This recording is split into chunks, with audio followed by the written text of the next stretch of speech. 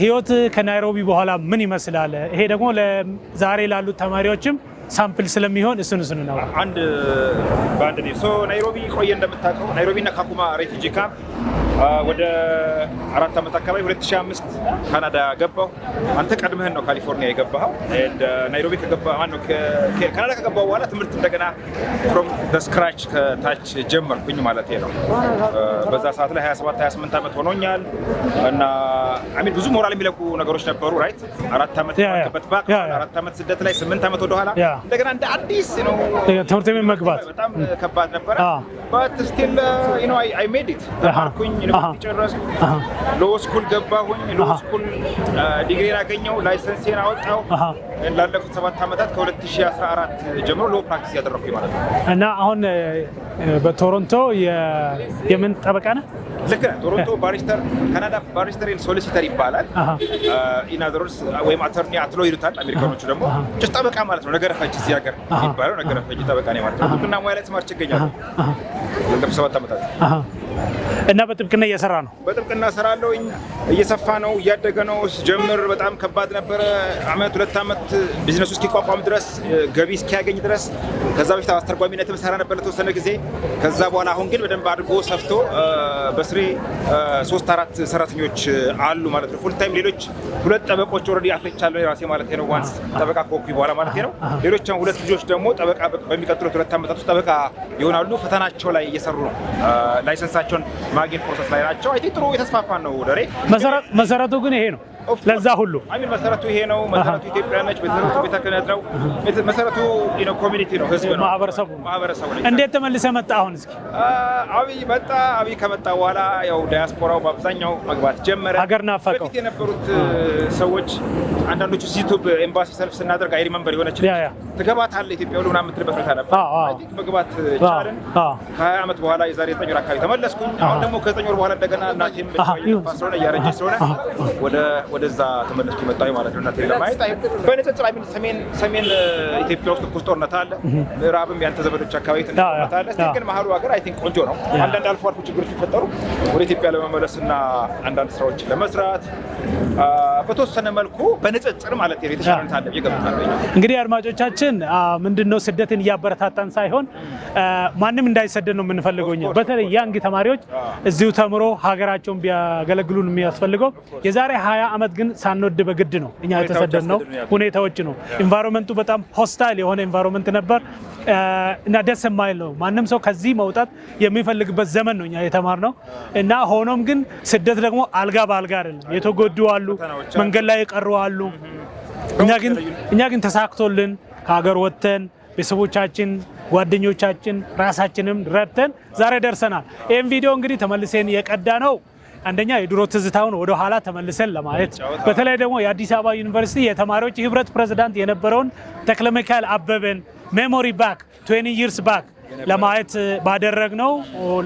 ባደረግነው እዚህ የመጣ ነው የቀረ ምን ጨምሮ ነገር ካለ እንደው ዩኒቨርሲቲውን በተመለከተ ሀገራችንን በተመለከተ ምጨምሮ ነገር ካለ አይ ቲንክ ቅድም ገለጽከው ነው ደሬ ሁሉም ሀገሩ ቢኖር ይወዳል ግን በተለያዩ ምክንያቶች ሰዎች ከተሰደዱ ደግሞ ፈተናዎች ይኖራሉ ግን ከጎበዙና ከበረቱ ሰክሲድ ማድረግ ማሸነፍ ይቻላል ከዛ በተረፈ this days በእኛ ጊዜ ኢንተርኔት የሚባል ነገር ብዙም የለም ተስፋፋም ኢንፎርሜሽን የለንም መረጃ የለንም ናይሮቢ ነው ኮምፒውተር የነካ ነው ናይሮቢ ሄደን ከዛም በኋላ ኢቨን ካናዳ ከገባን በኋላ በጣም ያለፉትን ሜቢ 10 አመታት ነው በጣም የተስፋፋ የመጣው አሁን አብዛኛው ነገር ኦንላይን አለ ኢንፎርሜሽን ሰዎች ለመስራት ቢያስቡ ራሱ ምንድነው ስቴፑ የስደተኝነት ስታተስ የሚገኘው እንዴት ነው አይ ቲንክ እኛንም ኦንላይን ማግኘት ይችላሉ ኢንፎርሜሽን መጠየቅ ይችላሉ መሸወድ ምናምን ከባድ ነው ያለ መሸወድ ይችላል ኢንፎርሜሽን በደንብ አድርጎ ጋዘር ማድረግ ነው ሪሰርች ማድረግ ነው እንደ ከዛ በተረፈ መረዳዳት ነው ከቫዮለንስ መራቅ ያስፈልጋል የፖለቲካ ልዩነቶች ይችላሉ የሃይማኖት የብሔር ምናምን የተሻለ መጠን ግን ልዩነትን በመንግግርና በመቻቻል በመግባባት ለማሸነፍ መሞከር ነው ከቫዮለንስ መራቅ አለብን አይ ቲንክ ይሄን ነው መክረው ደሬ መማር ነው ሁሉም ነገር ደግሞ ሁሉም መማር ነው ሁሌ ኢግኖራንስ አለማወቅ ማህየምነት በጣም መጥፎ ነገር ነው የሀገራችን የብዙ ችግሮች መፍትሄ አለማወቅ ይመስለኛል ማህየምነት ይመስለኛል ዛሬ እኔ ደራራ ዳዲና ተክለሚካኤል አበበ አዲስ አበባ ዩኒቨርሲቲ 6 ኪሎ ካምፓስ መተን የቀዳነው ቪዲዮ ምንድነው ምንም በተመለከተ ነው።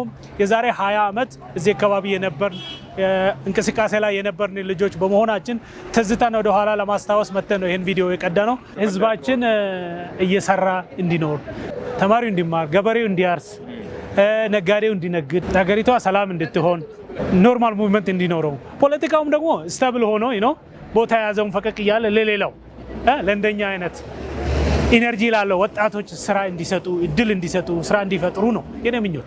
ማንኛውም ፖለቲካ ሊድ ያድርግ ነው። እንግዲህ አሁን መንግስት ተመሰረተ ብዬ ነው ማምነው ነኝ። ከዚህ በኋላ ምን የማይመሰረት ነገር አለ? ኦልሬዲ ተመርጦ ዚያ ሬዲ። ኢትዮጵያ ከኋላ ዝም ብለው በሁሉም ነገር በኢኮኖሚም በፖለቲካም ዝም ብላ ከኋላ መንዳቷን ትታ ከዓለም ጋር ብትራመድ ይሻላታል ብዬ ነው ማምነው ነው። ልክ ነህ። አይ ቲንክ ወጣቶችም እኔ እንደምታውቀው ነው የተወለድኩት ነጌሌ ቦረና ነው ያደግኩት አዲስ ነጌሌ ነው። ኤንድ ወደ አዲስ ነጌሌ ሲሄድ በጣም ደስ ያለኝ ነገር ምንድነው የዲሞግራፊ በተወሰነ መልኩ ተለውጧል። ገጠር አካባቢ የነበሩ ልጆች የአርሲ ተወላጆች ወደ ከተማ ገብተው ቢዝነሶች ውስጥ እየተሳተፉ ነው። ኦፍ ኮርስ የህዝብ ብዛት በጣም በከፍተኛ ሁኔታ አለ። አይ ትንሽ ውጥረት አለ በተወሰነ መልኩ። በተለይ ኦሮሞ ተወላጅ ያልሆኑ ኢትዮጵያውያን የባለቤትነት ስሜት አይሰማቸውም። ትንሽ የመገፋት የመጠቃት የመገለል ሁኔታ አለ። በተለይ ዛሬ ዓመት አካባቢ ያጫሉ ከሞተ በኋላ ሻሸመኔ ነጌሌ አካባቢ የደረሰውን ዘዋይ ሰምተሃል። አይ ቲንክ እንደሱ አይነት ነገሮች የፖለቲካ ልዩነት ሊኖሩ እንኳን አስፈላጊ አይደሉም። ቅድም ያልኩህ ቫዮለንስ አያስፈልግም። በንግግር ነው ፕሮቴክት መደረግ አለበት። ምክንያቱም አንድ ክልል ደግሞ በክልል ውስጥ ያሉትን ኢቭን ወንጀለኞችም እንኳን ቢሆኑ ሰላማዊ ህዝብ ሲቪሊያን ሲቀርና ወንጀለኞችም እንኳን ቢሆኑ በሰላማዊ መንገድ መንከባከብ ህግ መያዝ አለበት፣ ፕሮቴክት ማድረግ አለበት። አዘርዋይዝ ኢንቨስትመንት ይርቃል። አሁን ብዙ ሰዎች ኦሮሚያ አካባቢ የፈሩ በሴኩሪቲ ምክንያት ወደ ደብረ ብርሃን ሄደው ኢንቨስት አደረጉ የሚባል ነገር ስትሰማ ትንሽ ታዝናለህ።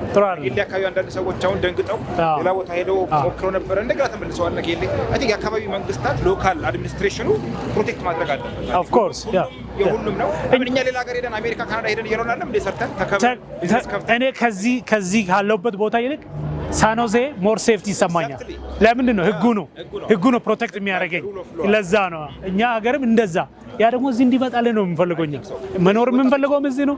ህጉም እንዲተገበር የምንፈልገው እዚህ ነው። ወጣቶች ማድረግ አለባቸው። ሌሎችም ደግሞ ከሌላ ስፍራ ወደ ሌላ ስፍራ የሚንቀሳቀሱ ሰዎችም ደግሞ የአካባቢውን ሰው በቢዝነስ ማሳተፍ፣ በተለይ ቢዝነስ ቢከፍቱ ሼር ሆልደር ማድረግ። አሁን ኢትዮጵያ ያለው ትልቁ ድክመት ያ ነው። ሼር 10%፣ 20% ህንጻ ቢሰራ ሱቅ ቢከፈት ቢዝነስ ነው። አይ ቲንክ መስጠትና አብሮ ማሳተፍ ያስፈልጋል። ኦፍ ኮርስ የስራ መስክ መፍጠር ማለት ነው። ኦፍ ኮርስ በዛ መልኩ ሀገራችንን መገንባት የተሻለ ማድረግ እንችላለን። ሳንሞት የተሻለ ሀገር እናያለን ብዬ እንግዲህ ለሚመጣው ዓመት ደግሞ ተክሌ ኦሮምኛ ቋንቋን እየተማረ ስለሆነ እሱ ደግሞ ኦሮምኛ ቋንቋን አሻሽሎ ግራጁዌት አድርጎ መጥቶ ሌላ ቪዲዮ በኦሮምኛ እንቀዳለን።